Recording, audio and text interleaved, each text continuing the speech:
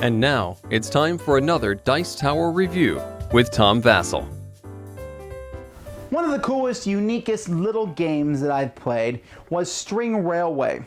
And it was neat. It was a game that utilized string. And, well, more like yarn or, I don't know, some kind of string to use the train tracks. So instead of saying use a straight curve, curve, curve, you would actually have it just flowing all over the board. And that's a neat idea.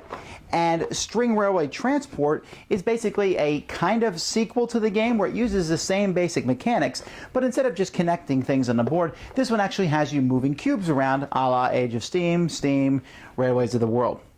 Does that make it a better or worse game? Let's look.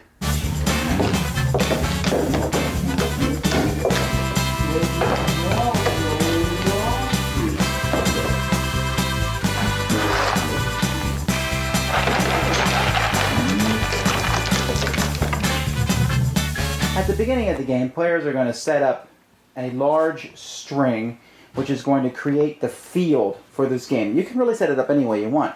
And there's a mountain field inside, mountain string, that's the mountain range, and there's a city that specifically goes inside the mountain area. But other than that, you can set up the other cities, the other color cities, any way you want. There's these outskirt cities. Each player is going to get a pile of strings in their color. And these are pretty nice strings. They're like shoestring feel to them. And then players are also going to have a railway in front of them that gives a certain amount of action points. So you get 3 action points at the beginning of the game, and that's going to be placed in front of you. And you also have these long range tiles placed in front of you that are worth -2, but if you complete them during the game, they can become worth +5, or you can discard them, and at least they're not worth -2. And there's a whole little bag of cubes which will be placed on the board. Now on a player's turn, what they're going to do is they're going to play one of their strings from one station to another station, connecting them. And it's neat because this game lets you be very organic about this, where you can avoid things. You can cross the mountains if you want, but whenever you cross another string, whether it's yours string, the mountain string, or another player's string, you got to pay action points, and you only have 3 of those per turn. And player, for example, I might want to go from here to here, and that would be fine, but that's going to cost me 2 action points. After a player does that, connects their strings, they have other actions that they can take. One of them is moving a cube from one city to another city. So in this instance, I want to take this purple cube and move it up to this purple city.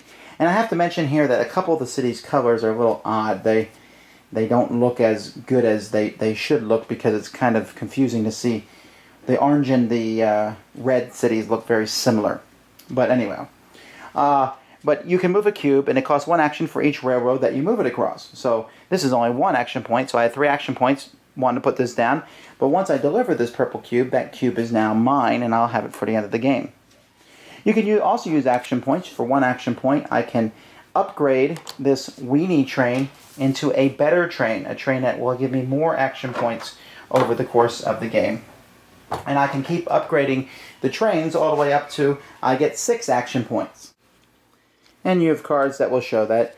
So I can upgrade a 3 to a 4, and then a 4 to a 5, and all the way up to one that gives me 6 action points. But you got to pay action points, and you can't save action points from turn to turn. And you only have so many turns in the course of the game, so it's up to you to decide whether that's worth it or not. You also have new cities that you can put on the board. You can replenish cubes on the board. When you connect to one of these outskirts cities, on the very first time you connected it, you'll add 3 cubes from the bag to that city.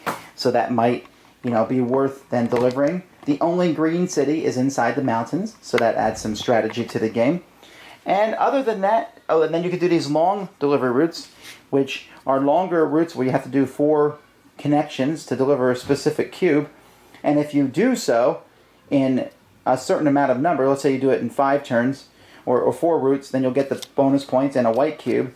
Here you just get a white cube, and you get a discard tile if you make it only in 4 moves, etc. So they're pretty easy to do, the smaller ones. The larger ones are much more difficult, but it's worth that 5 bonus points at the end of the game. Other than that, at the end of the game, and the game's only going to last a certain amount of turns because you only have so much string to put on the board, you're going to take the cubes that you've gotten, and the more different kinds of cubes you have will give you more points. If you have one of every color, and whites are wild, so they're fantastic for that purpose, you'll get more. You get more points. If you have one of all 5 colors, that's 15.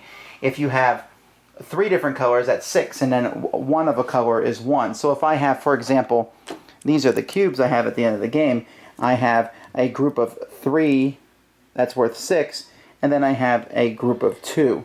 And those are my groups at the end of the game. I'd much prefer to have one group of 5 than one group of 3 and one group of 2. It's very simple how to play the game. It's a little wonky if you've never played this style of game before, but that's how it works. String Railway is a novelty, and I think it's cool. I think the idea, again, of placing those strings all over the place is neat, crossing other ones. And this one actually works well because you use action points to cross other people's strings to cross into the mountains, and all this geography and everything that can be very, how many action points. In this game is real simple. You place the strings. Moving the cubes. The only major problem I have is the production problems for some of the tiles and colors. It was difficult to match them up, and those longer routes were a little wonky on how to determine them, but for the most part, the gameplay runs fairly smooth, just like the original game. And so it says here on the box that the game takes about 30 to 75 minutes. I'm going to go with almost towards the lower end. Probably 45 minutes is your typical length of a game, even with a full complement of players. Now, all that being said, I already have String Railway. Is it worth getting String Railway Transport? Especially since there's a brand new edition of String Railway coming out from, I believe, Foxmind is making one. And the answer is, I don't see the need to own both. They're different games. I'm not saying they're the same game. But I think you should pick which one you want. See, this one allows transporting of the goods around. Some people are going to like that better. The other one, you're just building the train network, and that's about it. That's the one I prefer because I like the simplicity. Boom, boom, boom, boom. And I like the fact the other one took 20 minutes. It was kind of a cool little filler. This one here is still fillerish, but almost more of a full-blown game.